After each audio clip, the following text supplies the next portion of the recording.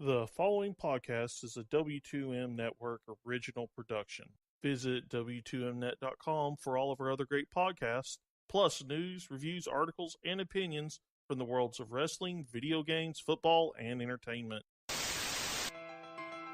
For close to a century, women have more than held their own in the male-dominated industry of sports entertainment. There's your winner, Mae Young. Mat Mavens like Mae Young helped shatter the proverbial glass ceiling, inspiring generations who would blaze a path. It's a blaze for sure! Taking their preternatural skills to unprecedented heights. All or nothing in the moonsault! Leading to a revolution in the women's division. What a sight! A ground-breaking moment! The celebration of a new era in WWE. The greatest era of women's wrestling of all time. Now, for the first time in history, 32 women from all over the globe take their rightful place in the spotlight, celebrating the legacies of those who have paved the way while showcasing their modern-day virtuosity. Tonight, these 32 competitors vie for all the glory, the honor, and the prestige of winning the inaugural Mae Young Classic. WU2M proudly presents to you the Mae Young Classic. And here's your host, Paul Leazar, Harry Broadhurst, and Patrick Ketza.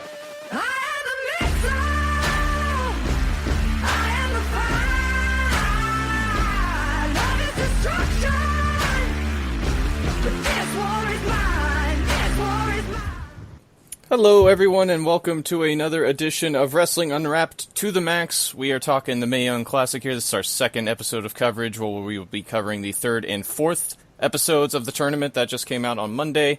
I am your host, Paul Leazar, joined by Mr. Harry Broadhurst. Good evening, everyone, once again. And Mr. Patrick Ketza. Why did I get so many wrong? Why did you get so many wrong? Because he didn't look at spoilers, Paul. This is true. He did not look at spoilers. I did. Terrible person. Joke continued. We carry on. So first things first, thank you to 401mania.com and Last Word on Sports for hosting us, helping us out, getting our word out there. We appreciate them. You can find all three of us on W2Mnet.com as well. That's where you can find this episode. All of our shows, such as Wrestling Unwrapped and Wrestling to the Max, and all of our other fine programs on there related to football, entertainment, video games, wrestling, all sorts of great stuff, MMA. It's all there. It's waiting for you to dive into, so just go there and check it out. So we're going to go ahead and dive right on into episode 3 here, which opens with Aisha Raymond from England taking on Toni Storm. And I thought this was fine overall. Aisha is using her power game. Toni Storm is basically Toni Storm, and the crowd just eats it up because she's just wonderfully talented all the way around. In-ring, character-wise, all that great stuff. I think she's basically the entire package, and Toni ends up getting the win here after Aisha misses a big splash, and she rolls her up for the victory.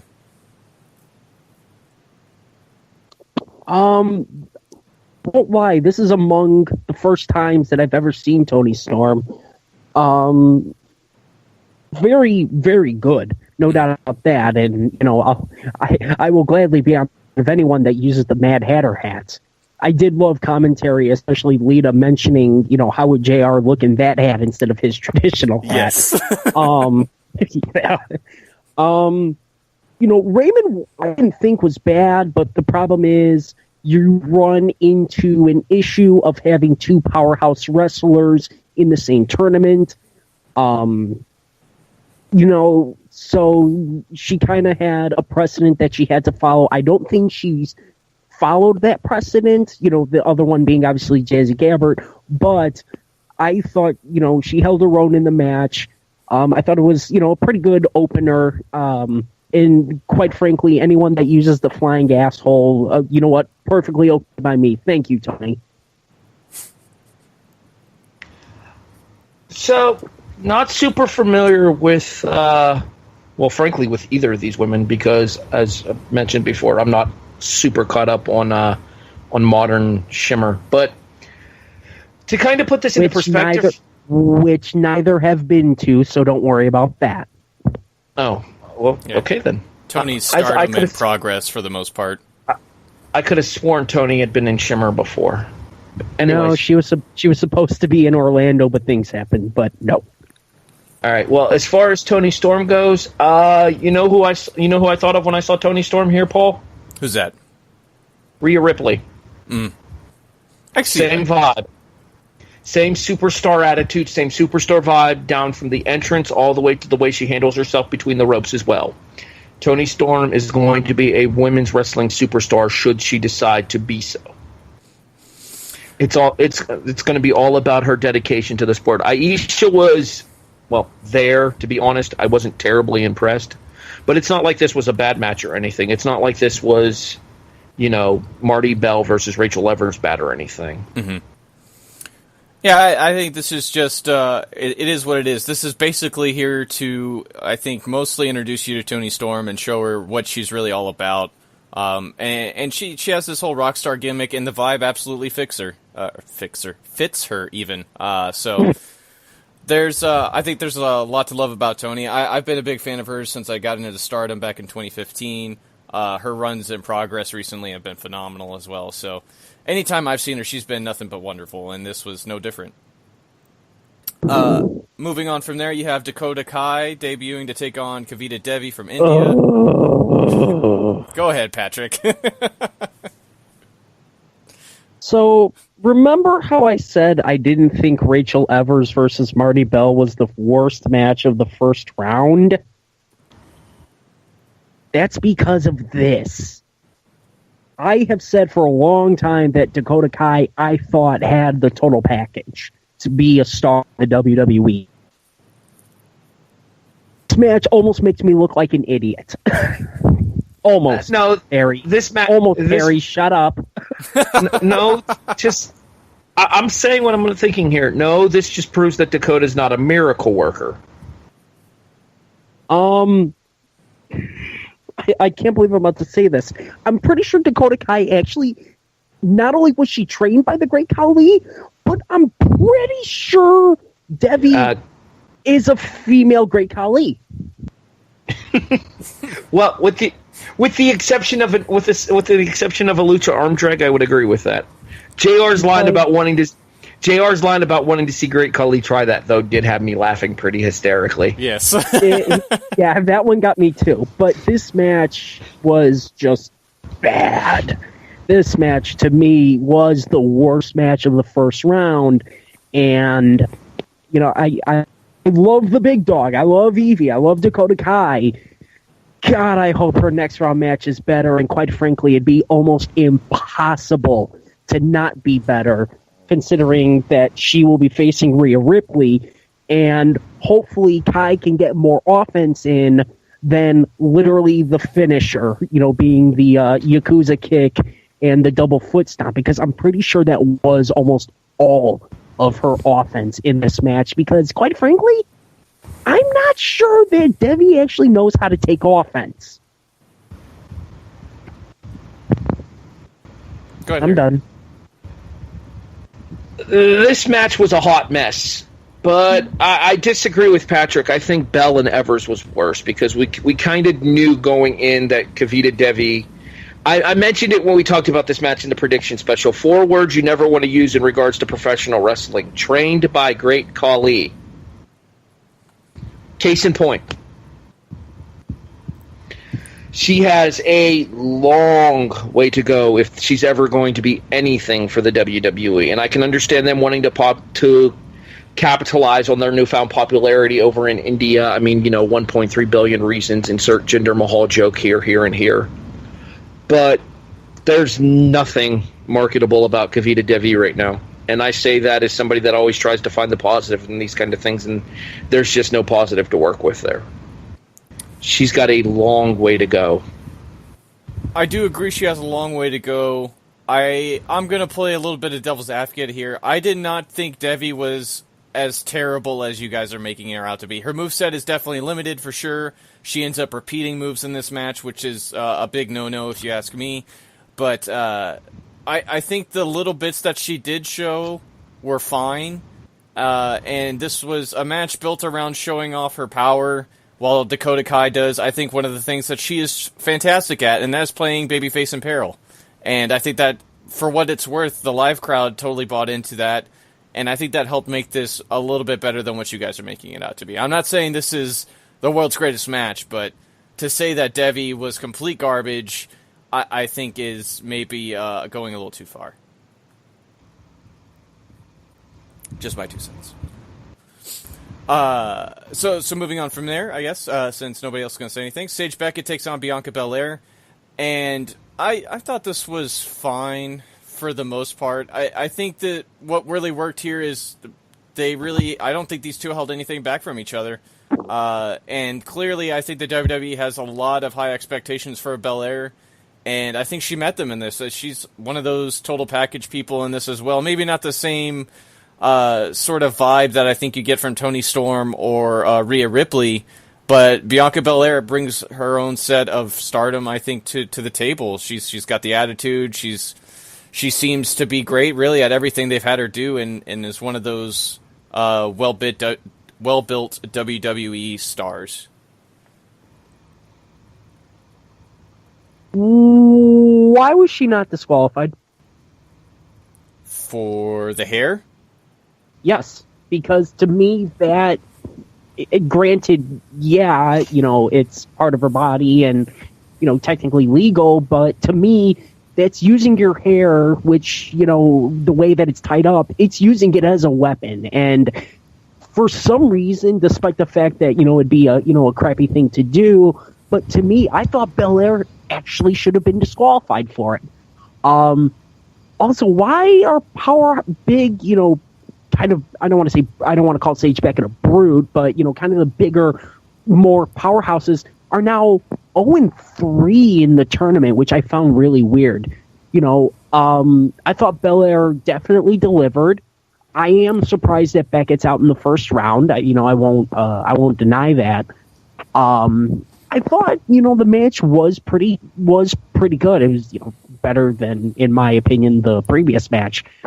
But you had to have some upsets. I'm surprised it came here, but I'll be interested to see what Belair can do in the future against her upcoming opponent.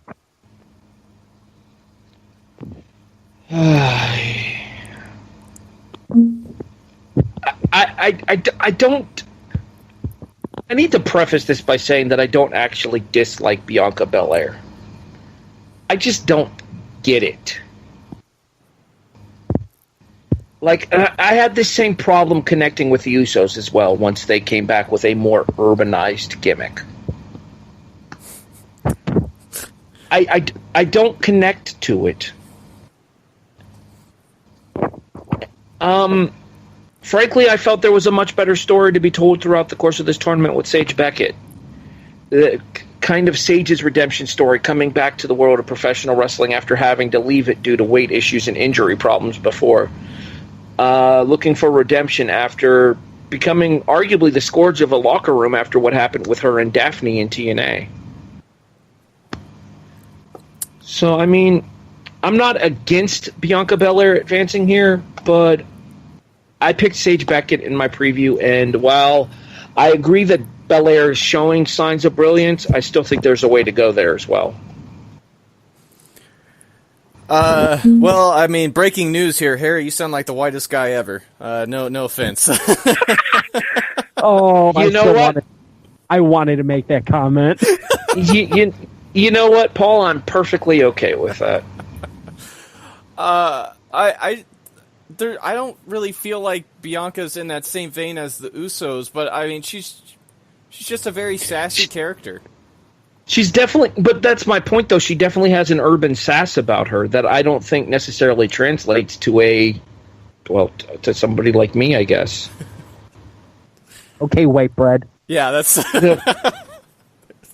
Cornbread, first of all, get it right. Second of all,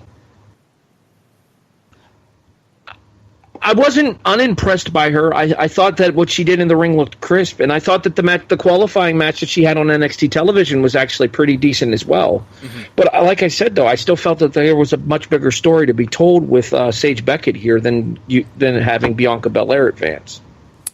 I think that's a fair point. We know, both of these women are signed. We know that, so they could be waiting to just tell Sage's story at a later date.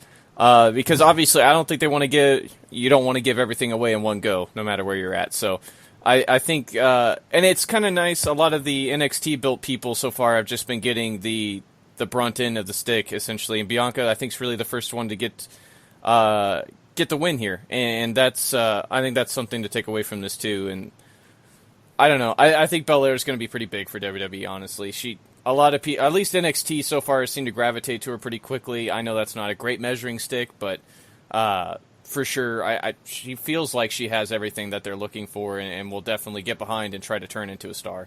And I feel like she can knock it out of the ballpark. And then that leads us to our main event here. Piper Niven taking on Santana Garrett. And I loved this match as well. Santana Garrett, I'm a huge fan of.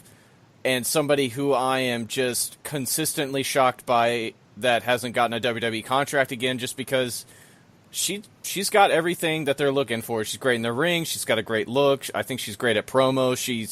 She's almost a modern day Hulk Hogan in a sense to me for women, in that she's this larger than life character who is trying to constantly do the right thing and be the good guy. And paired against that, and Piper Niven here, who is basically working the big powerhouse angle that she does in Stardom, which is great. And these two just have a phenomenal match that Piper Niven ends up coming out on top with after the big splash. Sit out power slam. Michinoku driver, technically. So, correct me if I'm wrong. A Michinoku driver is a sit-out body slam, right? Yes. This was clearly a sit-out power slam. She went from the shoulder to the mat. Yeah, no, it's from the shoulder. The second variation of it is from the inverted face lock. Okay. I'm used to seeing it as the sit-out body slam. That's all I'm saying. I'll put it this way. This match was Piper Niven taking pretty much everyone who's tried to shame her about her weight and telling all of them where to stick it. And quite frankly, I could not be happier for Piper, considering the fact that once again, all three main events, deliver. I thought they had one hell of a match. Yeah. And you're 100% right, Paul. Santana absolutely has the look WWE and has the skill and has the promo skill, and she's one of those that I've always wondered, why is she not there? But at the same time, Niven, while playing a powerhouse, I thought had an incredible match. She is kind of going into this with a chip on her shoulder, considering all of the comments that she had been getting, from her original announcement for the tournament going into the original tapings for the tournament in July. So I thought this was a hell of a match. I have a new favorite match in the first round thus far. As good as I thought Sarah Logan versus Mia Yim was, as good as I thought Abby Lath versus Jazzy Gabbert was, or Gabert, excuse me. This match was better than both of them, and this match was exactly what Patrick said it was. And I'm going to take it even one step further. This match was basically Piper Niven flipping a bird to all of the haters that had come up to her or that had been giving her grief about it. And I would imagine this was specifically her telling Kevin Dunn where he can stick it and how. Where to go and how to get there? Yeah. Exactly. Because, frankly, if you didn't look at this match coming out of this match, and if you didn't see Piper Niven as a star coming out of this match based on fan reaction alone, you're an idiot. Oh, you're Kevin Dunn. Well said, Patrick and Harry. I agree. I've been Piper Nevin, whatever you want to call her. She's terrific. She reminds me a whole lot of Bam Bam Bigelow. Just in a female's body. She's quick. Wow. And much better looking. And much better looking. Absolutely. I agree. Can I give you a slightly different take on that? Sure. I didn't see Bam Bam. I saw Vader. A little bit more physical than Bam Bam was. And as agile as Vader was, I just thought Bam Bam was almost that next level to me personally. But that's who Piper just reminds me of, and I love Vader too. And I think that's what Sage was going for in her match with Bianca. Was very much a more Vader-esque character of bruising you, putting you in the corner, and then when she thinks she's had you, just throwing you into the mat as hard as she can. So. And then looking like an idiot at the end. Yes. And then looking like an idiot at the end. So, yeah, very true. I mean, if you're throwing around Bam Bam and Vader around anybody, though, I mean that's great comparisons for anybody. Two phenomenal wrestlers. So that's the end of episode 3. Let's go ahead and rate this. Whoever wants to go first, say something. Playing off the issues we had for the first one. Yes. I'll go first here. And if you haven't listened yet, the first episode of our Mae Young Classic review should be available on W2Mnet.com. All right. As far as this episode goes, 6.5. I think Dakota and Kavita was basically what it was going to be. The other matches, in my opinion, either delivered up to my expectations or in a couple of instances over-delivered on my expectations. I was really impressed by Piper Nevin here, and Santana Garrett. I've been singing her praises for years now. I'm a little bit surprised they didn't go with Santana in that match because she has more of the traditional look that WWE is going for, but I think doing that and having Piper pick up the win in this match is going to show a lot of people that they don't necessarily look at things the way that people think they do, or maybe Triple H doesn't look at things the way that maybe certain people before him did.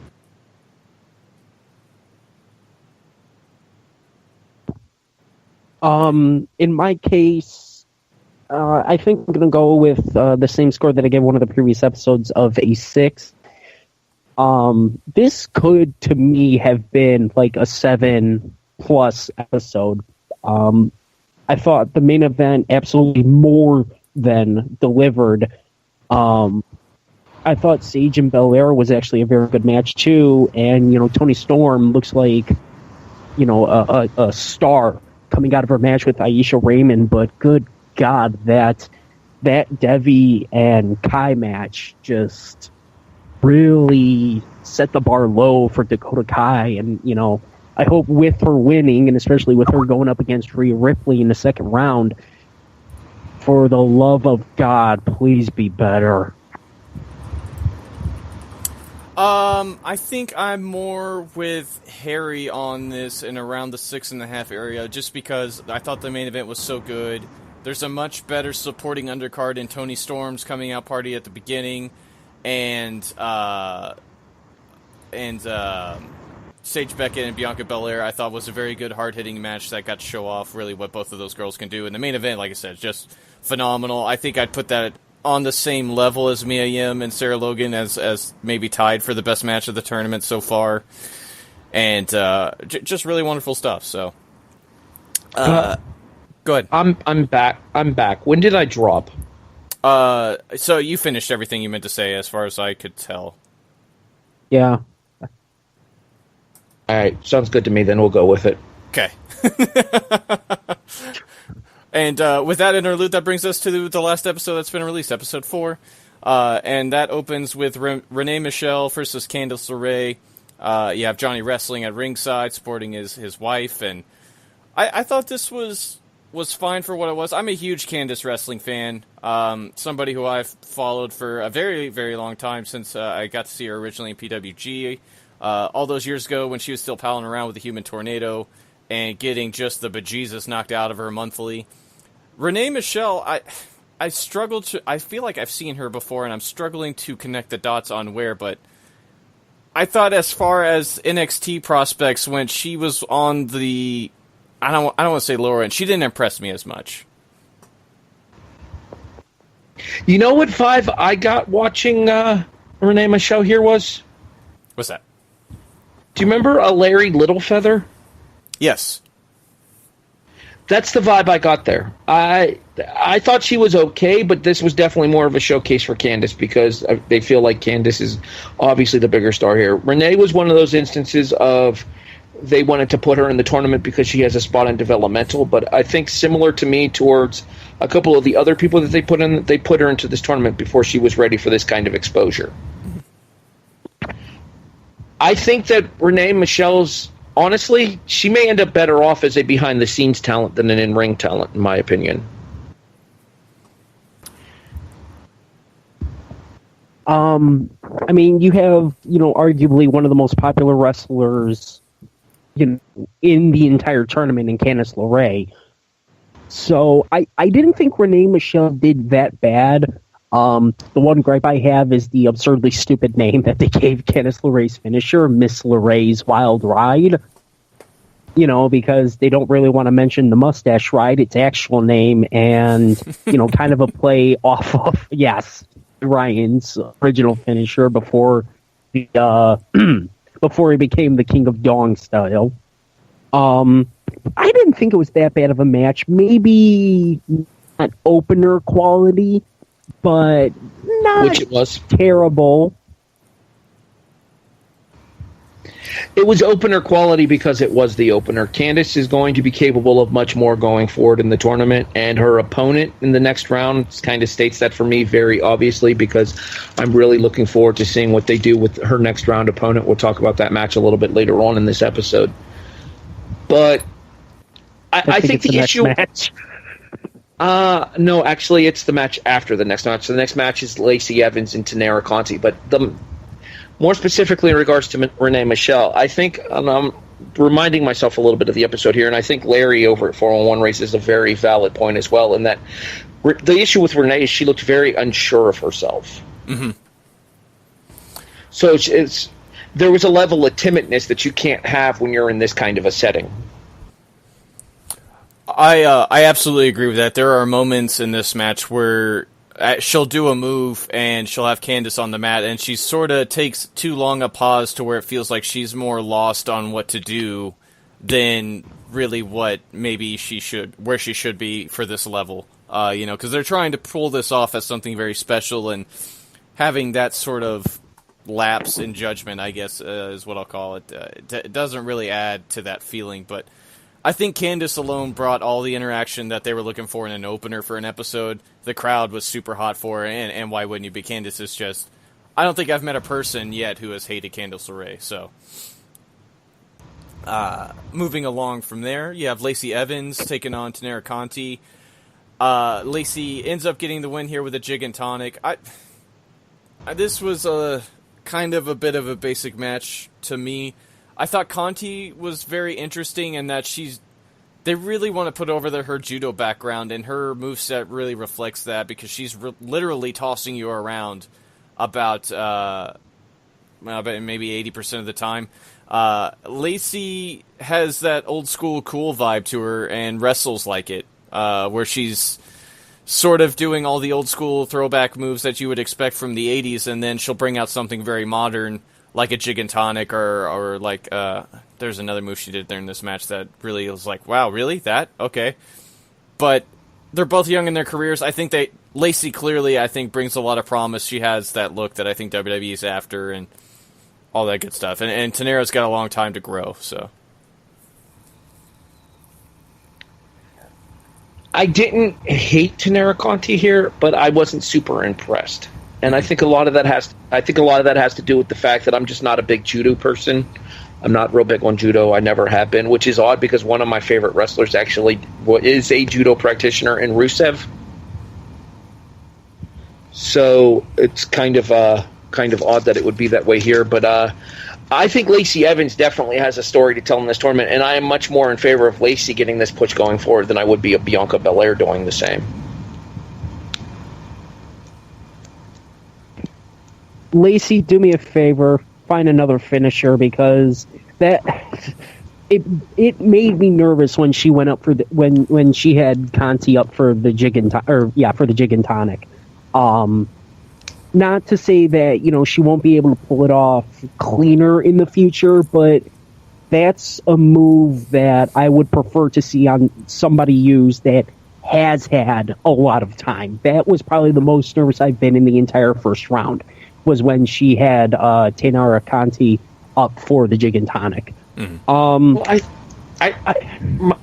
My big thing about the Jig and Tonic that she did was the fact that she jumped into it. I don't think she needed to do that. Either way, I'm not comfortable seeing her try and hit that. I didn't think this was that bad of a match because this was a relative unknown versus unknown match, unlike, most of the rest of the first round. I do think, the right person wins here. I do think Lacey Evans does have a better story to tell, or at least more of a story to tell right now. And I like the look. I like almost everything about her. Just don't do that finisher. You make me nervous. If you haven't watched the episode yet, and you get to it, just watch Conti land. It's a little high for comfort, and I absolutely agree with Patrick that maybe you want to practice it a little bit more before we bust this out again. But it for sure, like, the Jig and Tonic's always been like a final nail in the coffin for me. It looks like a finisher. It feels like a finisher. It has all that. And I think it works for Lacey in the long run. Just maybe practice it a little bit more. But can I make a suggestion to Lacey if she wants to continue using this move? Sure. Talk to Corey Graves. Yeah. Yeah. Yeah. Yeah. Absolutely. For those that don't know, back when Corey Graves was a wrestler, because before he became a commentator, he was a wrestler, as Sterling James Keenan, his finishing move was the MK Ultra, which is the Jig and Tonic. Right. Very, very true. So with all that being said, let's move on to our next match here, which is Reina Gonzalez taking on Nicole Savoy. And this, I thought this was another sort of setback, and I understand what they're trying to do is let Reina show off what she can do, and to that end of what they were going for, it works, because Reina has the old school Southern Brawler act down to a science, and I felt like she worked that pretty well here, but for somebody who they pulled over as the queen of suplexes and likes to throw you around and all that great stuff, letting Nicole actually do that would have been nice. However, she basically plays a fight from underneath face and ends up getting the win after she catches Reina in a cross arm breaker, but she did not get a great platform, I think, to really show off what she can do here, and that kind of hurts her a little bit moving forward, if you ask me, if you've never seen what she can do. Correct me if I'm wrong here. I don't believe she actually threw one suplex this entire match. She did not. Nope. Yeah, queen of suplexes, huh? Sure. Okay. Whoops. Yeah, about that. The cross arm breaker finisher looked impressive. At the same time, though, as you said, if she's going to be laying around on the mat getting her butt handed to her for the better part of about 5 minutes, not going to do much for people's expectations of her going into her match with Candice Wrestling in the next round. Mm-hmm. That being said, from what I understand, Savoy works far better as a heel than she does as a babyface, and having her as a face here against Reina Gonzalez may have affected that dynamic to what she's used to working as well. All right. I'm probably going to go a little further than I should with this one. For those that know me know that I'm actually very good friends with Nicole Savoy. I have been for the better part of 2 years now since she debuted. Clark! Gotta hell. Another friend of mine messaged me before I had a chance to watch this match and said, be on the lookout, Savoy's match is weird. From the handshake, I looked and I just went, what the hell? Because Savoy goes for the handshake and Gonzalez doesn't. I'm like, Savoy's the face. I have never seen her work as a face in a match. Ever. It was really weird to watch. And yeah, you're supposed to be the queen of suplexes, and they get that nickname over. You know, that JR mentions it a couple times, and then you throw no suplexes. Mm-hmm. Now, to be fair, her next round opponent is much smaller, and she may be able to throw around a little more, you know, being Candice LeRae. But the whole match, while not bad, was weird as hell to me. And the weird part was that, I mentioned that I wanted to withhold a lot of my opinions on Facebook about it. Savoy herself was the one who messaged me and said, no, let it go. And I even told her, I was like, well, part of it includes you. And she goes, yeah, it was weird for me to work as a babyface as well. The whole thing was a weird situation to be in. So I'm hoping for better things in the future. Hopefully, when she goes to face LeRae in the next round, maybe she will bring out more of, a heel side to her, because quite frankly, who the hell is the boot Candice LeRae? Exactly. Nobody. Yeah. So it just, this match was weird. Not bad, but weird. Mm. Maybe you can use your connection to get us an interview for Wrestling Unwrapped. No. Do you guys have any extra thoughts on Reina Gonzalez? Because I know we talked a whole bunch about Savoy's weirdness. Honestly, Reina's under a developmental contract right now with NXT, so she's not what she's going to be once they decide to actually use her. I get the idea here. Correct me if I'm wrong here. Tell me buy or sell here, Paul. Like a female Stan Hansen. I think that vibe is there. I would think that female Desperado. Yes, she is her father's daughter. Yes, we get that, Patrick. Ignoring his awful attempt at whatever that was. The reason I say Stan Hansen is because, as Paul mentioned when he was first talking about this match, the Southern brawling thing that she did during the course of this match, you could definitely see that as being her specialty. I don't think that Savoy was the right opponent to try that against, though. I think maybe if they would have had her against Candice in the first round, then that might have worked more there than it would have here against Savoy, because Savoy is somebody who, when you watch her, you want to see her throw people. Mm-hmm. To steal an old Taz line, she'd rather throw you than know you. Very true. And that honestly kind of makes this match come off a little disappointing because of everything that was hyped going into it, and then what it did, and in this case did not deliver. Very fair. Very, very fair. Do you have any thoughts on her, Patrick? I think I've pretty much said my piece. All right. Well, then let's go ahead and move on to the main event here. Tessa Blanchard takes on Kairi Sane. This is a match that had a whole heap of praise on it from the internet coming out of the tapings, and there was a ton of videos going around of Kairi's elbow here at the finish, which is what she uses to put Tessa away. This match started off really, really great and was looking like it was going to be the match of the tournament, and then it sort of loses some steam down the stretch, which is super unfortunate, but if the contract didn't have Tessa Blanchard's name on it by the time she got backstage, then there's something wrong with this picture, because she is... I followed Tessa for a long time. I've got to see her grow into the wrestler that she is now, and she is... If you go back, even 2 years ago, watching her now versus then is just almost night and day. She's phenomenal, and she's always had the old-school storytelling mannerisms of using her face and all of her body language to really tell the story here, and that's absolutely in focus on this one, as well as Kairi's terrificness inside the ring as well, who the fans just immediately leapt to attention for. And like I said, it lost steam, but this match was awesome. I loved it. Okay, to kind of piggyback off of what Patrick said in the prior match, this right here is a literal case of she is her father's daughter. Mm-hmm. I see Tessa's ring work, I see her mannerisms, I see her promos, I see Tully. And I mean that as a compliment, because I am a massive Tully Blanchard fan. Unfortunately, she also shares one other thing in common with her father, and that's his attitude. And the belief is that's what's cost her from having a deal with the WWE. That being said, Tessa's only 22. There's still plenty of time for her to hopefully get everything in check and to become a superstar under the WWE banner, because the only thing holding Tessa back from doing that is Tessa. As far as Kairi goes, this is my first time seeing her. I don't watch Para Resu. I don't watch Joshi. It's not my thing. That being said, me and Patrick got into a kind of a debate off air, and I kind of want to bring that debate on air if he doesn't mind. Yeah. But I'm going to let you go ahead and give your thoughts on the match first before we have our debate. Hopefully it's not a long one.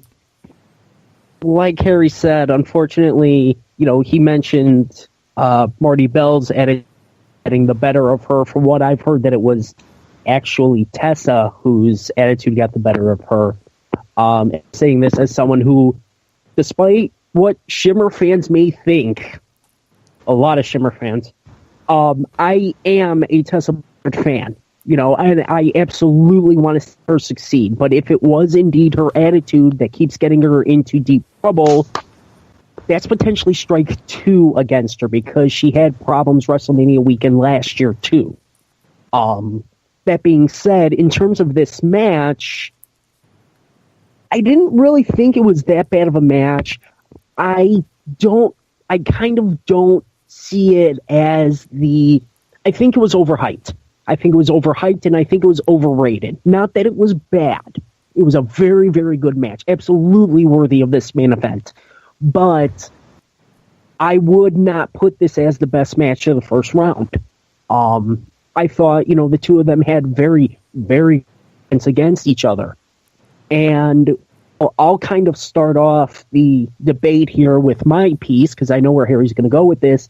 But I look at Kairi Sane's elbow, and holy cow, did that crowd go nuts when all she did was point to her elbow. That was it. That is insane. Mm-hmm.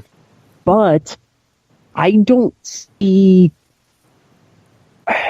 I look at somebody who is completely... I look at Kairi Sane's elbow, and I see someone who doesn't know how to throw an elbow. I don't like... To me, she looks like someone who has no clue what she's doing when she's throwing down an elbow. Throwing the leg out and everything. It just, I can see where, it's all more forced kind of thing, as Harry's going to mention. I know he is. But to me, it looks like an untrained wrestler throwing down an elbow.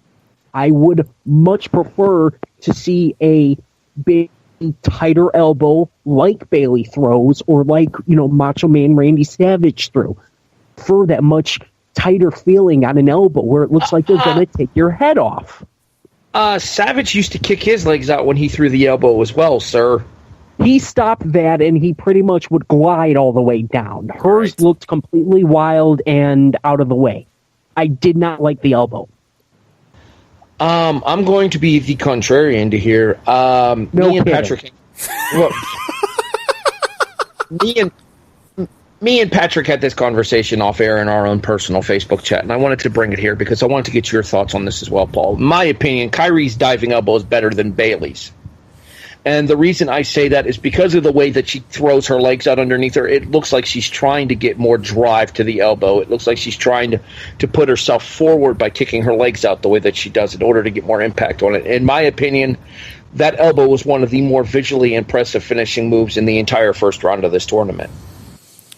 I've had the long-standing privilege of being able to watch Kairi for a while since I got into Stardom, and I follow Lucha Underground, which she's had a couple a guest appearance on that show as well. And to me, I think Kairi has just I think she has star written all over. She's engaging. She's like it's that same Candice LeRae effect. Like you look at her and you can't hate her. Like she's just so she's got that aura about her. When it comes to her elbow drop, the wildness to me is part of the charm, because here's this very nice, cute looking girl, and then suddenly she's in the ring going nuts on you, and by the end of it, she's literally leaping as high into the air as she can and throwing everything aside to drive the elbow into your chest to basically murder you. And I love everything about that personally. I think it's great. It's one, like you said, it's one of the most visually appealing finishers in the tournament. I think she has one of the most beautiful elbow drops I've ever seen in wrestling. This is coming from somebody who has been a Macho Man Randy Savage fan since the age of 5 years old, and he's almost 30. So, Go ahead. Savage is at the top for me. Punk's is right up there with Savage's. I'd probably put Kyrie's third. I mean, Punk definitely took a page out of Savage's book, and what Patrick was talking about, where it turned more into a glide rather than a full-force downward dive to kill you. And Kyrie's is more reminiscent of the original Savage album, though. Patrick is right in that regard. Towards the later end of Savage's career, Savage started to go more towards the legs out to the side in order to glide rather than crash. But when Savage was originally throwing this elbow in the WWF around the time that he was the heavyweight champion, he was looking to murder bitches with it. Absolutely, I agree with that entirely. And I forgot what point I was going to make here. So I won't. So I apologize. Don't worry about it. Let's go ahead and review episode 4 here before we start wrapping up the first round. So what are you guys going to give it?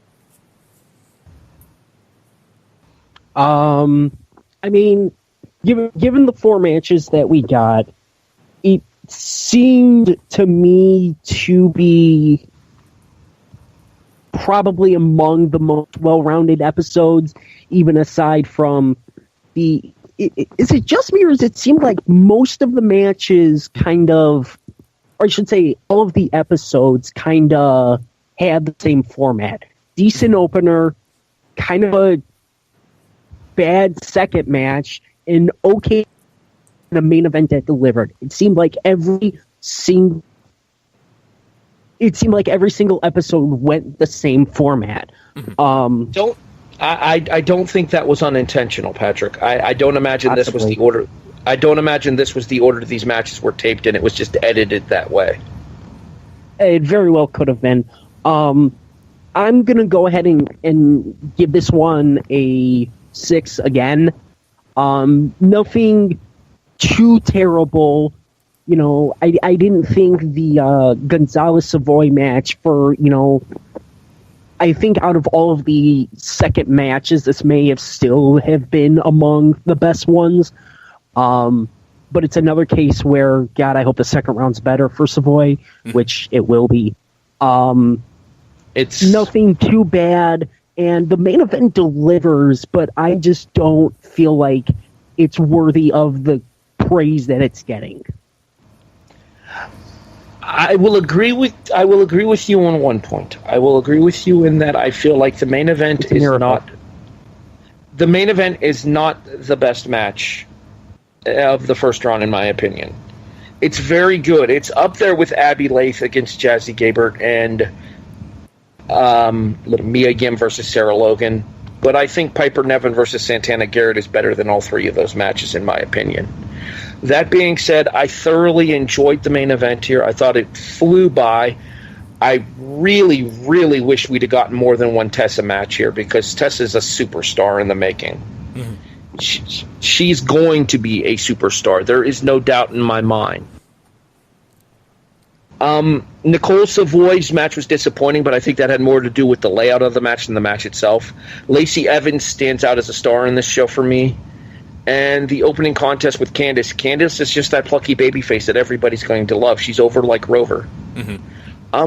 I'm going to go with a 6.5 here. I think it's as good as the last episode was, because it doesn't have the drag down that Dakota Kai versus Kavita Devi was, and the main event doesn't quite reach the same level that the Piper Niven versus Santana Garrett match did.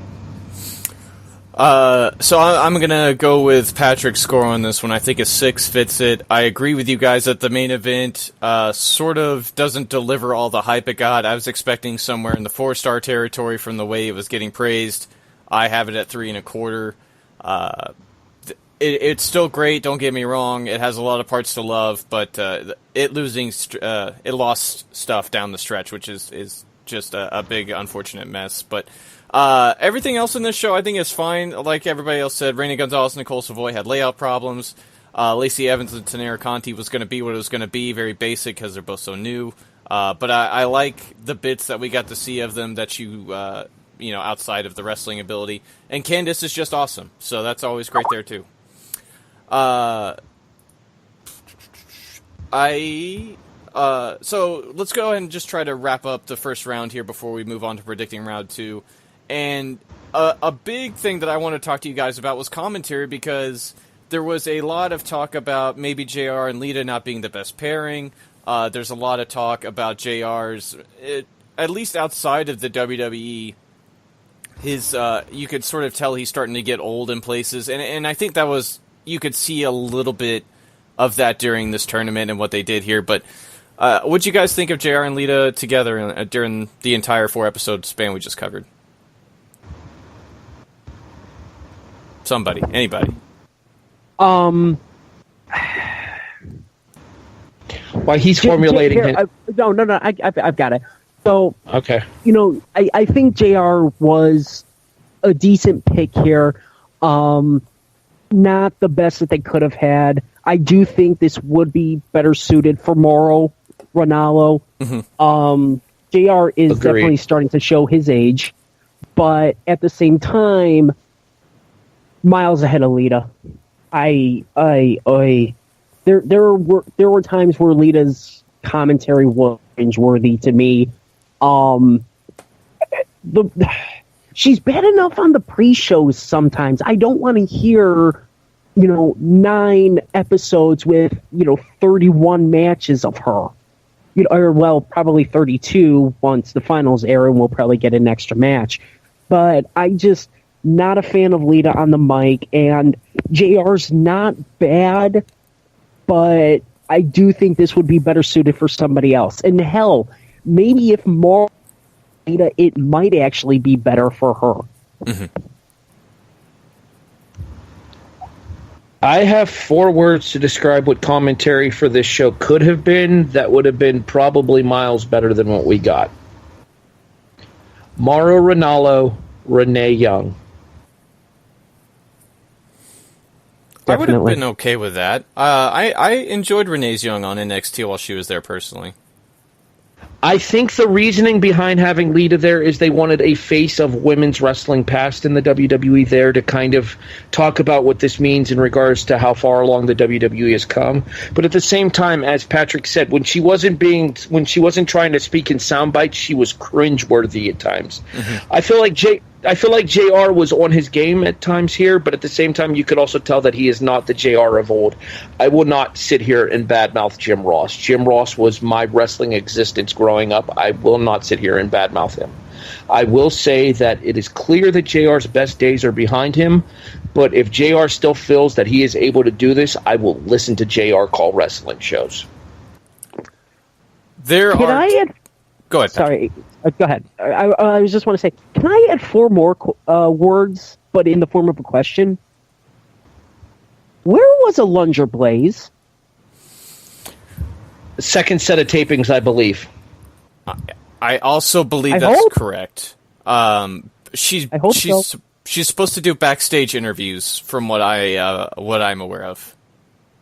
Oh God! So it's still going to be JR and Lita with the next 4. As far as I can tell, yes. Crap. With Alundra Blaze, who's not a proven interviewer, doing interviews. Oy. That's where we're at. I agree with you guys. There are times where I think JR and Lita actually do a pretty good job, and it's not even when they're doing commentary. It's when they're very much just having friendly banter with each other, talking about random stuff about a wrestler, for example. But when it comes to calling a match, it's mostly JR doing most of the legwork, and Lita is just... There are times where I feel like Lita adds absolutely nothing to the conversation, and that is very unfortunate. And as much as I, like you, Harry, I love JR as well, but you can tell he's getting older. There are problems here and there, and he just... I don't think he can carry a show by himself, honestly. He needs somebody next to him that can help keep the conversation flowing. In my opinion, while I understand the desire to put Lita in the broadcast booth here, if you were going to have Jim Ross call this show, somebody that I know was at this taping that would have been a much better choice to call this show with him would have been Corey Graves. I think Corey Graves and Honest to God be on everything. He's tremendous. I think him and JR would have been wonderful. I absolutely think the dream team for this would have been Corey Graves and Mauro Ranallo as well. But... We get what we got here, and unfortunately, we're going to have to sit through a lot more of this. But my other, I guess, big question before we get into performances and stuff, does this tournament, does it feel special to you at all? it does not feel as important as the CWC did to me because of the fact that they actually took the time to promote the CWC as this weekly event, whereas they're making the Mae Young Classic episodes binge watch category. I feel like once we get to the live event finale, they'll probably put a little bit more status and steam behind it, but just a couple of casual mentions on Raw and SmackDown about, oh, don't forget, the Mae Young Classic is streaming live now on the WWE Network. Woohoo, go us! It's not going to mean a damn bit of difference in the long run once they find out that the numbers from the binge watch only aren't as high as the numbers from the watching of the Cruiserweight Classic were by having that in incremental releases. Mm-hmm. It's no, by absolutely no stretch of the imagination does this feel as special as the CWC. At the same time, what's sad to me is the fact that the CWC was, as I mentioned, 10 weeks long. Mm-hmm. This entire tournament will be done in as little as 15, and if rumors are to be true, as many as 16 days. Going from Monday to, I've heard September 12th, being, I believe is the set date right now, but I've heard rumors they may move it to September 13th and do it at a Full Sail taping. But it does not feel as special by any stretch of the imagination, and that's actually a major disappointment to me. It's one of my biggest turnoffs to the entire tournament. The in-ring content has lived up to my expectations thus far. I mean, there have been a couple of is, and I'm sure we'll talk about our favorite matches and stuff here in a little bit because you were probably going to segue us into that. But what I was going to say here is the in-ring action has more than held up its end of the bargain, but it's the way that it's been promoted and the way that it's being presented is what's leaving a little bit to be desired for me.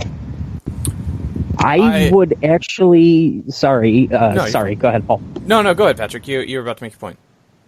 I would even disagree on that point because it felt like every single match in the first round of the CWC and almost all of the matches in the first round of the UKCT were almost must-watch things.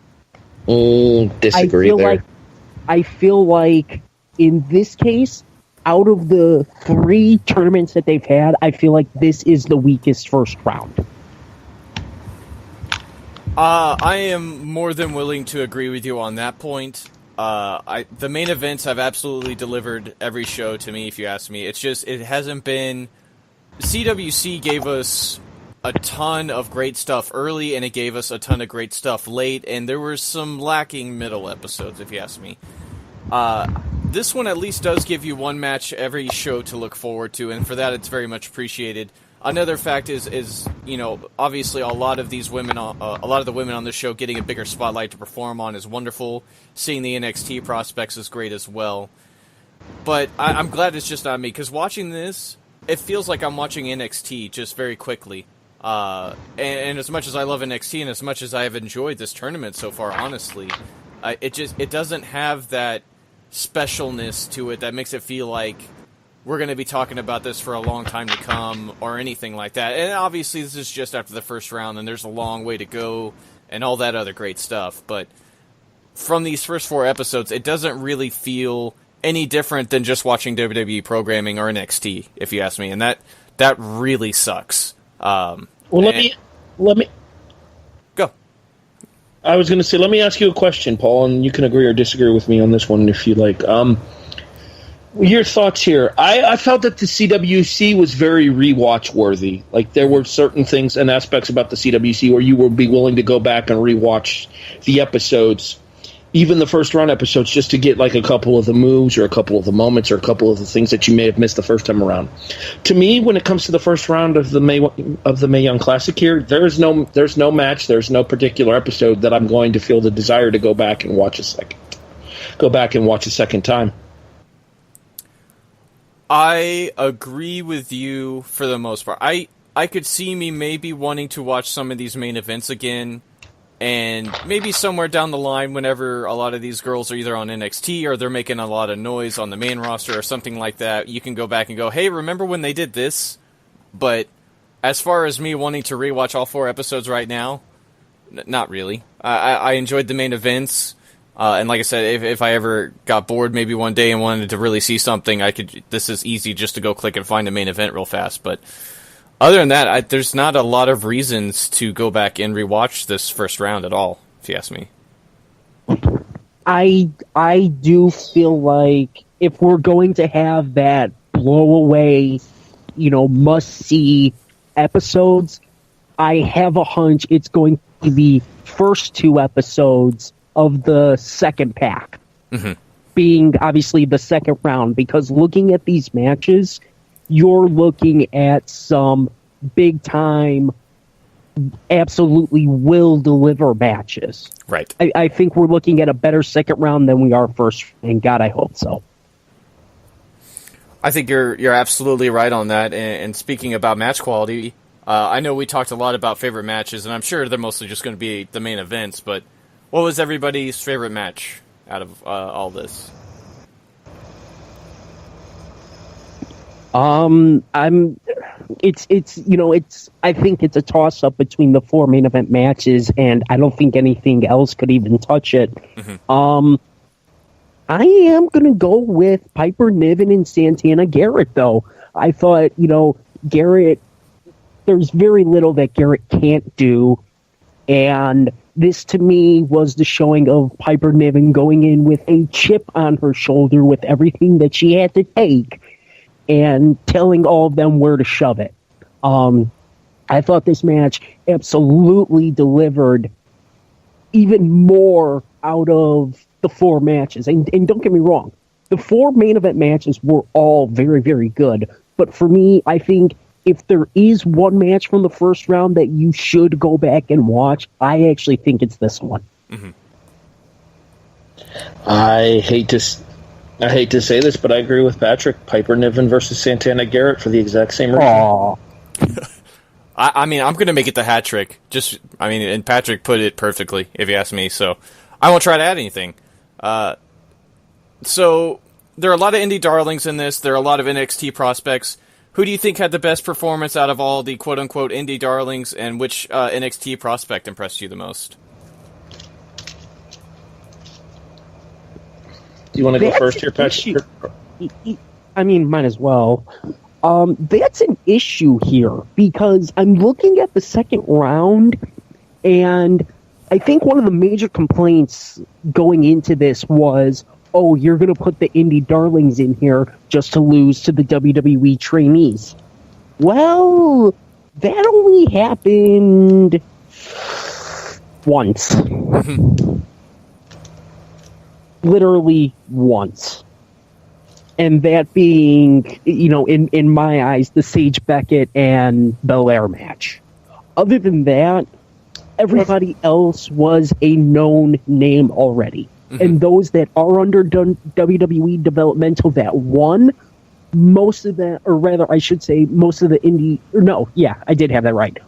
Most of the WWE developmental wrestlers that won were previously indie darlings. Eddie Laith, Rachel Evers is kind of a little bit of both. Actually, that's just about it. Well, and Dakota Kai. So I think the most impressive, actually is still Piper Niven for me. Although I will say fair play to Abby Laith. I thought she and Jazzy had a very, very good match. But I think Piper Niven just took everything that she had received and stuck it right back at him. So you want to know who we were most impressed by that is under contract and who we were most impressed by that isn't, Paul? Yeah, let's go ahead and do that. I was thinking more like the NXT Ground Up projects, personally, but if you just want to go by who signed and who isn't, that's fine too. Because to me, they're in the same match. Sarah Logan and Mia Yim. This is the best I've ever seen Sarah Logan look, and Mia did nothing short of delivering in her opportunity here, and hopefully it leads to even more opportunities and even bigger opportunities for Mia going forward with the company. I'm with you on Sarah Logan for sure. As far as people who are signed to NXT deals, she by far looked the best, and she does obviously have a lot of indie background to her.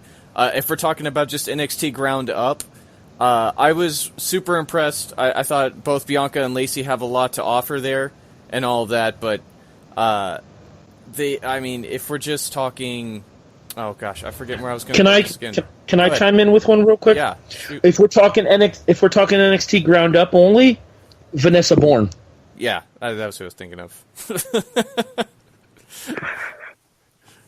I stole your thunder. You did, but you actually remembered her name, and I was sitting there trying to place it, so you win. The former Danielle Camella. I agree. I thought she by far looked the most competent out of everybody in there, and that's not to say anything against Bianca, who I also thought looked very good in there. But to me, I felt like Jesus Christ, I forget. Vanessa Bourne looked awesome. So consider quality of opposition as well. I would much rather have a match against Serena Deeb than Sage Beckett. It's very true. Very true. On the flip side, Santana Garrett to me just leaped off the screen, and she does that no matter where she goes. But I think that was especially prevalent here, and her match with Piper obviously was phenomenal.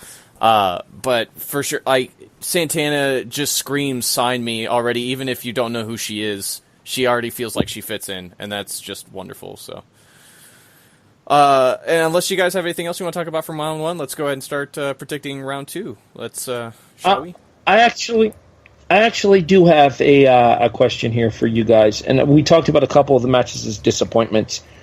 What one particular thing was the most disappointing to you? Because to me, it wasn't the matches; it was the commentary team. I felt like, in certain instances, the commentary team actually literally distracted away from what was going on inside of the ring. Patrick? I could say the trophy, but it just reminds me of the Pete Aggro Crag that you would play for on an episode of Guts. But see, that's what I love about it. Yeah, you leave the Aggro Crag alone, you rascal. Okay, hang on, because I loved Guts. It was one of my favorite Nickelodeon shows. But you don't want your trophy to look like something from an over 20-year-old show. 100% disagree. Yeah, I was about to say, speak for yourself. But I will... Oh, look at that. Patrick accidentally got hung up on. Paul, are you ready to do predictions? Go ahead, Patrick. I hate you guys. I will say that far and away, I think the biggest disappointment for me is still the commentary, because, yeah, they are distracting. I don't want to spill of JR. One of, if not the greatest comment of all time, far and away, bar none. Mm-hmm. You know, rest in peace, Gordon Soley. And when he actually did care, I actually did like Tony Schiavone as well, and Mike Tenay as well. But you're talking about one of the greatest commentators alive. But he felt out of place for quite a bit of this. And I already don't like his on pre-show, because she just adds nothing to me. Mm-hmm. And for the most part, that happened with these 4 episodes as well. She added nothing. I did like the conversation that she had with JR when Sage Beckett was coming out, about if JR had ever seen a shaman. Yeah, that bit made me laugh too. Yeah, that was probably the best of Lita's commentary, though, and it had nothing to do really with the match, the match itself. Well, it goes back to what Paul was saying about the fact that they were at their best when they were just kind of casually conversating with each other rather than actually trying to call the matches. Yeah, that's not really a good thing. You want the focus to be on the match, not on your witty banter. So for me, yeah, the commentary. You mentioned JR being the greatest, in your opinion, one of the greatest commentators ever. I will give credit where credit is due to those that have come before. I did not get to watch a lot of Gordon Sully, but everything I hear says Gordon was amazing. That being said, to me, JR is second all time. Tony Schiavone? I am. You shut your filthy whore mouth. Somebody's been listening to Gary too much. Somebody's been listening to too many episodes of What Happened When. Maybe. But But anyway, to me, Ross is number 2 behind Joey Styles. I think that's fair. I love both JR and Joey Styles for very different reasons, personally. The most disappointing thing to me about this tournament, though, is just as we talked about, how unspecial it feels. I wanted this to feel like a much bigger deal, and don't get me wrong, the ladies here are working very hard, you can tell, in all of the matches, whether the layout problems or other things kind of rear their head. It's something else entirely. But sitting here watching it just feels like NXT, and that is definitely not what you want to feel like when you're watching this, I feel. All right, do we want to go with the most disappointing performance as well from the competitors, since we all three focused outside of the ring? We can if you want to. Because I know mine. Go ahead. Marty Bell. I feel like it's just picking on a dead horse almost if you listen to our first episode. Yeah, that's not even fair. Like, I don't put any of the blame for that match on Rachel Levers. Okay, maybe a little bit of the blame on Rachel Levers, but the vast majority of the blame on that match goes on Marty Bell, in my opinion. The sad thing is there was probably something from each episode that you could probably consider disappointing as far as the in-ring content go, whereas you really never had that feel about the CWC. I mean, I guess that's fair. If I had to pick a most disappointing performance, it would absolutely be Marty Bell too. She, even compared to all of the NXT prospects, absolutely the worst looking in this tournament, if you ask me. But let's go ahead and start predicting round 2 here because we're. Oh, go ahead, Patrick. I didn't say mine either, and because of the fact that the two of you took Bell, I almost feel the need to try and disagree. For me, granted, I will pretty much 98% of this put this up against their opposition, but for me, Dakota Kai. Because I've said for a long time, I'm probably one of Dakota Kai's number 1 fans. But to me, I thought she had the most disappointing performance, but look at who she had to face in Kavita Devi. So, I'm glad that she's getting a second chance to hopefully perform much better in the second round. But, God, that first match was just terrible to me. Well, if we're going by that logic, as we said, picking Marty Bell's kind of shooting fish in a barrel here. I'd go with Nicole Savoy. Yeah. But based on the fact that her match was put together the way that it was, and she looked like she escaped catching that cross arm breaker for the victory. Mm-hmm. I agree. I mean, that's a total layout problem there, though, and that's not entirely on Savoy, but you're right, that is very disappointing, too. And seeing as I only wanted to go an hour and a half, and we're almost at an hour 15, let's start predicting round 2. And let's look at the left side of the bracket, top side, Abby Lath taking on Rachel Evers. I'm really looking forward to seeing what these two can do. I feel like they parallel each other very nicely, and I'm looking forward to another spirited contest in the same vein that Abby had with Jazzy. And much the same way, Abby's going to stand tall like she did against Jazzy here, because in this particular match, I think Abby will experience a size advantage, even though they're relatively close to the same size. I think Abby's a little bit taller. But both of these women...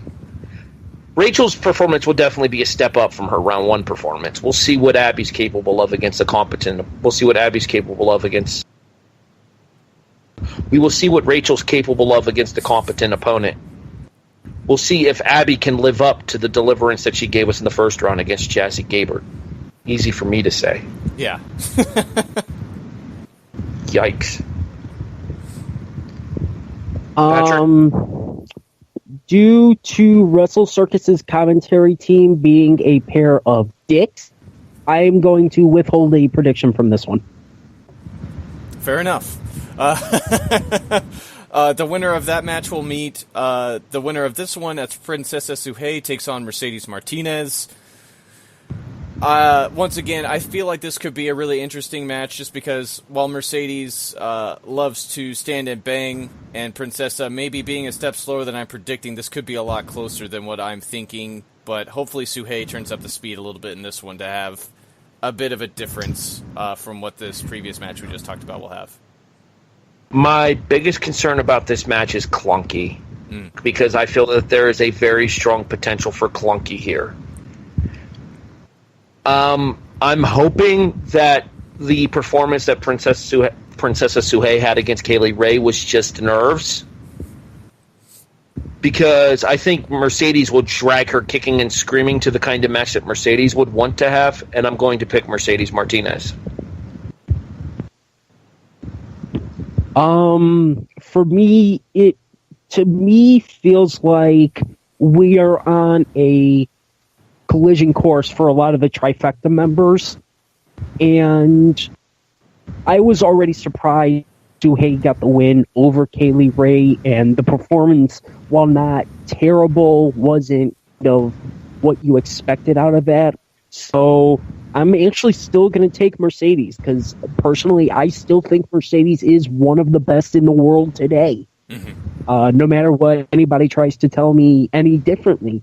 And while, yes, age may not be on her side, but when she has to, as Harry mentioned, she'll drag someone kicking and screaming to one hell of a match. I think this will be a hell of a match, but I think Mercedes ends up getting the win. Well, I think another thing to point out, too, is that regardless of the age thing being what it is for Mercedes, you have to consider that the opinion of a very valued member of the NXT family / I'm assuming the Mae Young family is in attendance for this year, and that's somebody that knows Mercedes Martinez very well in Sarah Amato. Of course. Yes, of course. Very much so. I'm a huge fan of Mercedes, too, so once again, you guys nailed everything on the head here. She will drag anybody to the kind of match she wants because she's just that damn good, and she likes to prove it every once in a while. So, moving on to the next set, Nicole Savoy takes on Candice LeRae.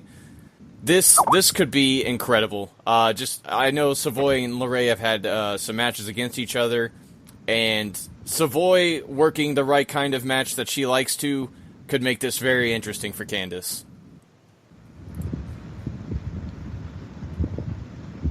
Patrick seems to think that the members of Trifecta are on a collision course. Based on the performance that I saw out of Savoy in the first round here, I'm not so sure anymore. Mm-hmm. Not to mention, I'm almost saying that Candice might be a better opponent for. I'm almost saying that Candice might be a better opponent for Shayna Baszler in the regional final down there, because I am picking Shayna over Mia Yim. So I'm going to pick Candice LeRae here.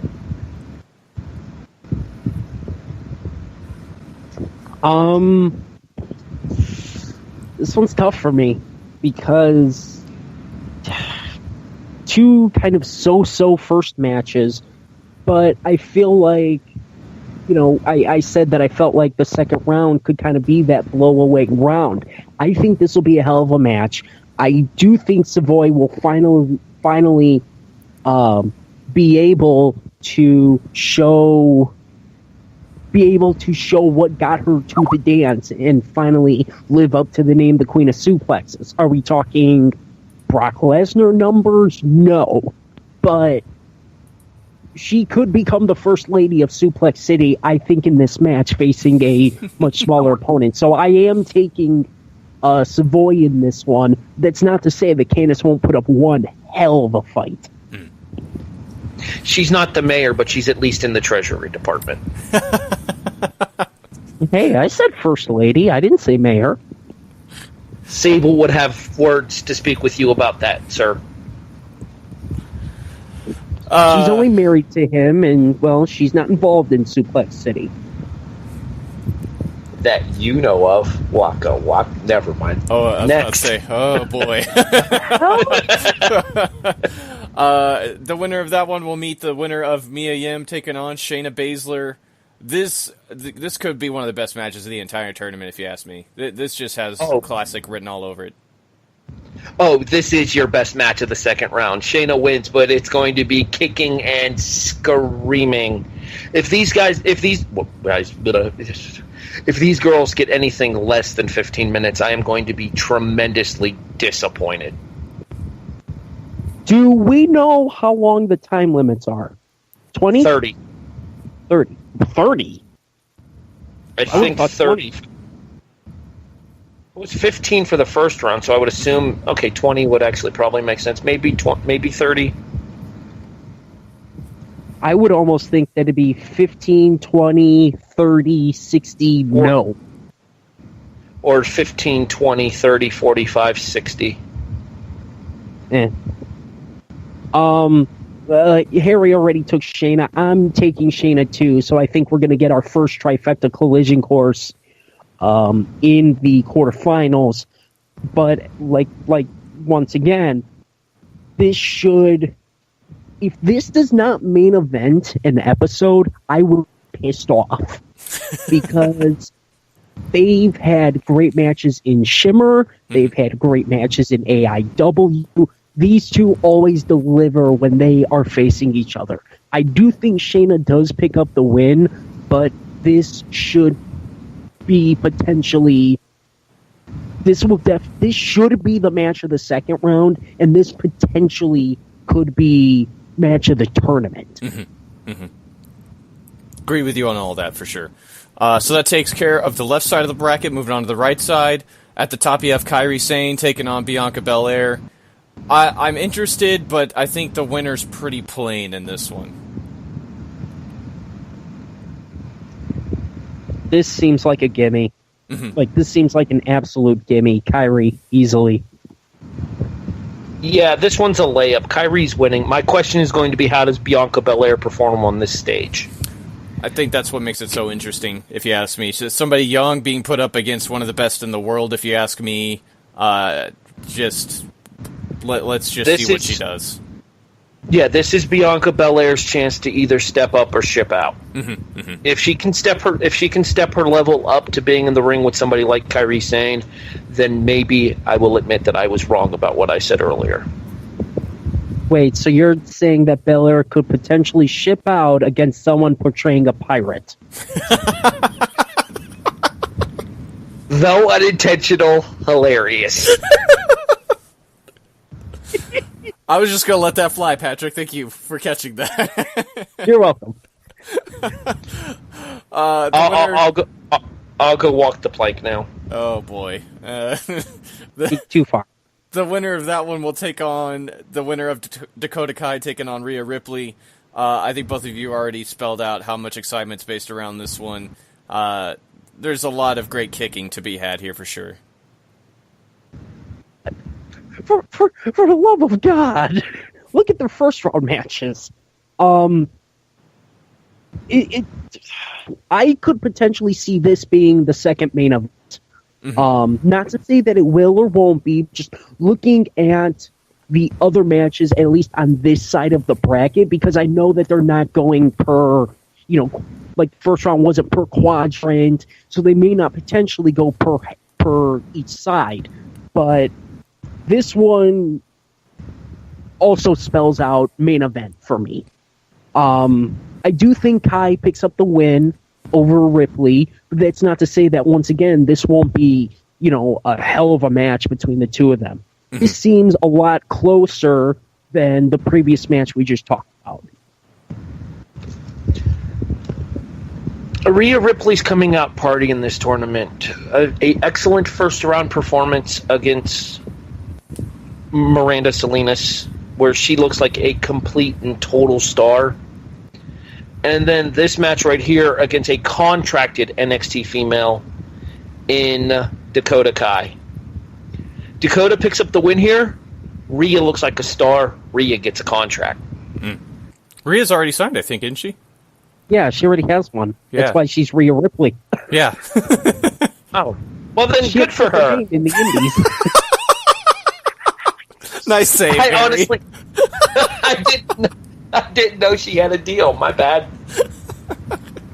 Yeah, actually, you know what? Wasn't she like Demi Bennett or something on the Indies? Demi Bennett. Yeah. I think he corrected you on the bracketology episode, too, about her name on the I think I did. Oh boy. One of right. It won't be this one though. The rest of the right side opening up with Serena Deeb taking on Piper Niven.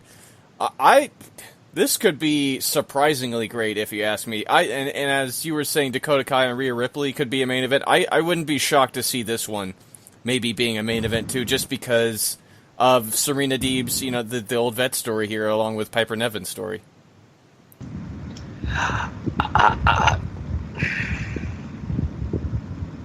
Go ahead, Patrick.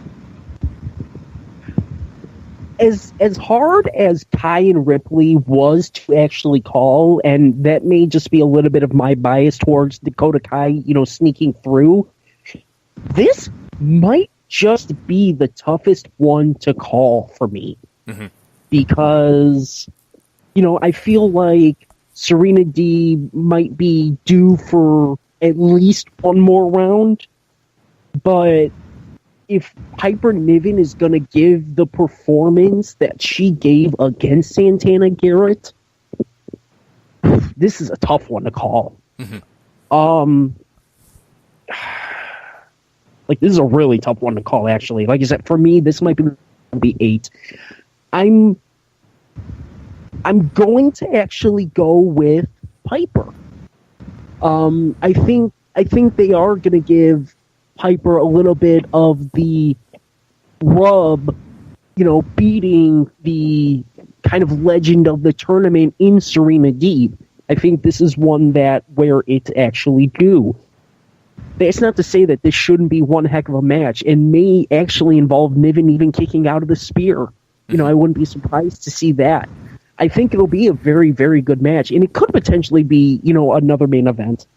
I should say a second main event. But I'm going to go with Niven, though I would be totally okay if I got this one 100% wrong. I'm going to say you are half correct. Niven is going to kick out of the spear. She is not going to win, however. I think Niven gets her moment by kicking out of Serena's spear, but I do believe that Serena does pick up a win and advance in the tournament, because I think that the star-making performance for Serena in this tournament comes in the next round, for who she's going to pass the proverbial torch to for the next generation of talent in the WWE Women's Division, or I guess more specifically in NXT here. I guess speaking of that, then, the winner of that one's going to face Lacey Evans and Toni Storm. This one also kind of feels a little apparent on who might win, but you never know.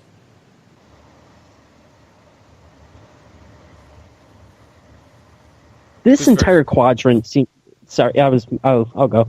This entire quadrant has seemed relatively tough to call, and this is another one that's tough to call as well. I can kind of tell where Harry's going, and I can completely understand that. I'm actually going to agree with him.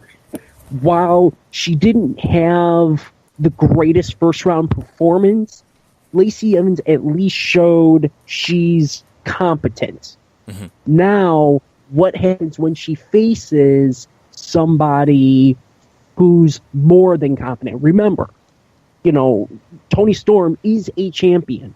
For how much longer, we don't know. She does have a title defense coming up very, very soon. I believe against Dahlia Black in progress at, volume 50 or chapter 55.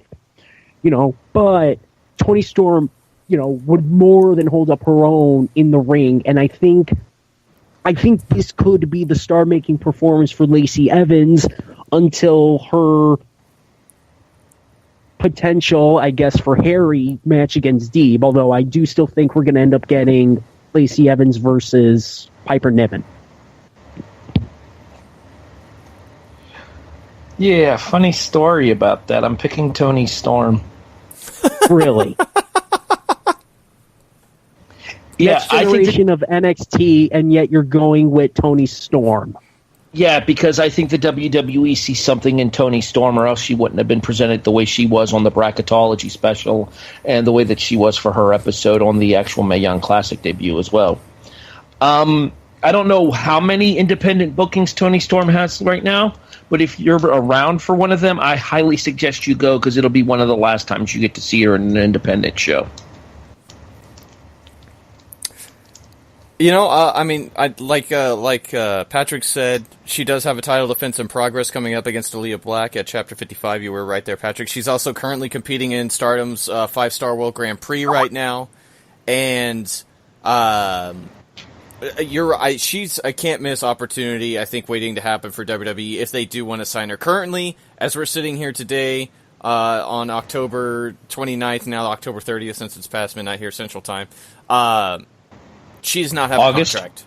August, sorry. Whatever day it is. She does not have a contract. So I heard him say October, and I'm like, something doesn't sound right there. Yeah, I'm living in the future. I would not be shocked if she has one by the end of this tournament, though. Now, one thing that we should talk about, and it's something that Harry just brought up in our private Skype chat, although it's going to be made public now. Do injuries play a factor? Because one of the main things that happened is Savoy came up favoring her knee in her match against Gonzalez. So here comes also the other question of, do we throw out the matches where there's potential for replacements? I mean, if the match happens, the prediction counts. Well, yeah, but what happens if all of a sudden we find out in the next set of matches Savoy can't go? Well, Paul's looked at spoilers. He can tell us. Is Savoy in the match? I can tell you that injuries are not a problem during the rest of the tournament. Okay. Okay. See, actually, this is where Paul's viewing the spoilers actually comes in handy for us, so thank you, Paul. You're welcome. I now feel a little less terrible. You know what? That is going to be the nicest thing I say to you, so we might as well get out of here with that. You might as well. You guys want to plug anything before we bail? All right, since he went first last time, I'll go first this time. We plugged the stuff that we do here at W2M on the last show, so I'm going to go kind of into business for myself here. Paul and Gary do an excellent job on their Raw review. However, if you want something that airs immediately following Raw, then check out myself, 411 Mania's Tony Acero, and Wrestling to the Max's MMA to the Max, Robert Taylor, as we present the Raw. I'm sure he feels the same way about you. MMA is for people who can't spell wrestling. That's how I first got heat with Shayna Baszler. If you don't mind, I'm trying to do a plug here. I know. Jackass. As we present the Raw reaction at 11:30 p.m. Eastern Time on Yes Wrestling Radio in association with the Yes Wrestling group on Facebook and YesWrestling.com. I guess I should probably plug our show. Be sure to check out the upcoming editions of Wrestling Unwrapped. We can formally say that we have WCW Road Wild 1998 and finishing up our Big 3 August 1998 reviews out. The Highway to Hell of SummerSlam 1998 from the world's most famous arena, Madison Square Garden. And then following those, be on the lookout as our next episode will be Rise 1, another mostly all women-oriented company. By the way, Harry and I are very seriously considering breaking out the WCW rules for that show, considering the fact that it's 14 matches. So be on the lookout for that one sometime in the very near future. Which is code for even if they're not long, you still get your money's worth in quantity. Including a battle royal. Oh boy. If you love listening to Harry and Patrick bicker, Wrestling Unwrapped is great. They also are very good at covering wrestling, but he's not wrong. Absolutely. Myself, I'm on Wrestling to the Max with Sean and Gary. We do shows every Monday and Thursday, which are usually waiting for you Tuesday and Friday on the download. I also do Raw reviews with Gary and NXT reviews with Gary on those respective days as well. And, yeah, that's pretty much it. W2mnet.com. Wait. Oh, shoot. I was going to say, yeah, you can catch Gary and Paul for Raw and NXT. You can catch myself and Sean for SmackDown Live in 205. That's right. That's exactly right. Although I think this coming up, it'll be me and you, as I was expecting, since Sean and Gary are going to talk about the NFL opener over on Football to the Max, which is another great show on our W2M network and all that great stuff. So you can also find all of this over at W2Mnet.com, like I said at the top. And until next time, when we have to figure out, I guess, when the hell we're going to record the next set of shows, the next 4 Won't be episodes, until next week. Right. The next 4 episodes do come out next Monday. If it's anything like us trying to schedule this, I'm sure we'll have a lot of fun. So, until then, guys, y'all have a good one. The following podcast is a W2M Network original production. Visit W2Mnet.com for all of our other great podcasts, plus news, reviews, articles, and opinions from the worlds of wrestling, video games, football, and entertainment.